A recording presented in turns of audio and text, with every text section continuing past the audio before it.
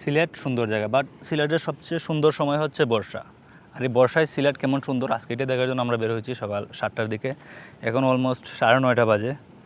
তো আজকে সারাদিন সিলেট ঘুরবো, পাশাপাশি বর্ষায় সিলেট কেমন সুন্দর যেটা ঘুরে দেখার চেষ্টা করব। আর বর্তমানে যে জায়গাটা আছে এটা হচ্ছে জৈন্তাপুর উপজেলার একটা জায়গা। এখান থেকে মেঘালয়ের যে বিশাল পাহাড়, এইসবগুলো পাহাড় মতো এখান থেকেই দেখা যায়।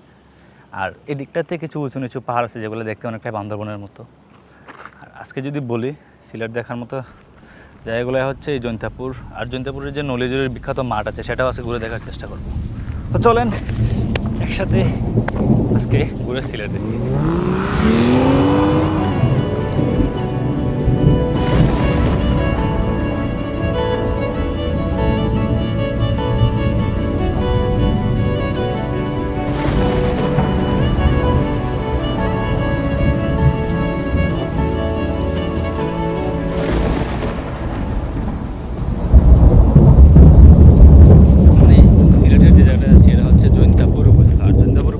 এই জায়গাটা থেকে মেঘালয়ের বিশাল বড় বড় পাহাড় দেখা যায়, একদম সামনে থেকে এই পাহাড়গুলো দেখা যায়। আমি যদি দেখাই এখান থেকে পাহাড়গুলো দেখতে এইরকম, রাস্তাটা অনেকটা ডালো, যার কারণে বেয়ে বেয়ে ওই পারে যাচ্ছি। দেন হয়তো ভালো করে ভিডিও করার চেষ্টা করবো ওই এরিয়াটা। তবে বর্ষায় হচ্ছে সিলেট অন্যরকম সৌন্দর্য। বর্ষাতে যদি আপনি ঘুরতে চান তাহলে সিলেট আসতে হবে। বর্ষায় সিলেট আমি জানি না সবার কেমন লাগে বর্ষায় ঘুরতে, বাট আমার কাছে বর্ষা সবচেয়ে বেশি ভালো লাগে। কারণ বর্ষার সময় মেঘের ভিউ দেখা যায়, পাহাড়গুলো অন্যরকম থাকে, সব কিছুই গ্রিন ভিউ থাকে।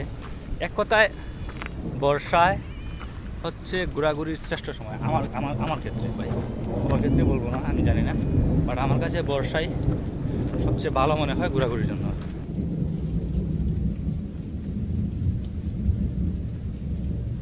ভাই সিলেট সুন্দর, তো ঘুরতে জানলে, যদি আপনি ঘুরতে না জানেন তাহলে সিলেটের সুন্দর সুন্দর জায়গাগুলো আপনি দেখতে পারবেন।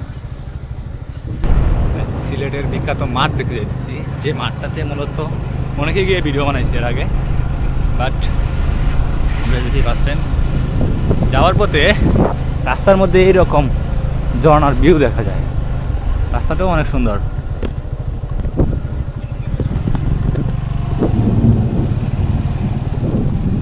Driver relax.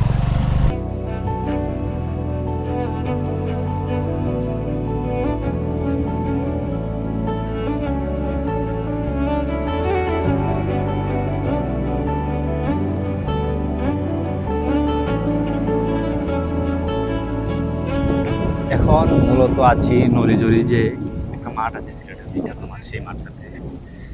এই মাঠে ভিউ আসলে অসাধারণ।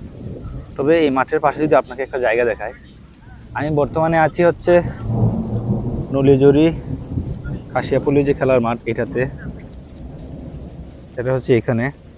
অ্যান্ড দেন এটার পাশে যে জায়গাটা, এই জায়গাটা মূলত হচ্ছে বাংলাদেশই পড়ছে, বাট ওইদিকে কোনো বাংলাদেশে যাইতে পারে না। ওই জায়গাটাতে পুরোটাতেই ইন্ডিয়ান বিএসএফ আইসা থাকে। এটা নিয়ে আমাদের আসলে বিজিবি বা বর্ডার গার্ডরা কিছু বলে না কেন আমি জানি না, বাট ম্যাপের মধ্যে ওইটা বাংলাদেশে দেখাইতেছে। আসলে এটা নিয়ে মহলে কোনো ধরনের জানা আছে কিনা আমি জানি না।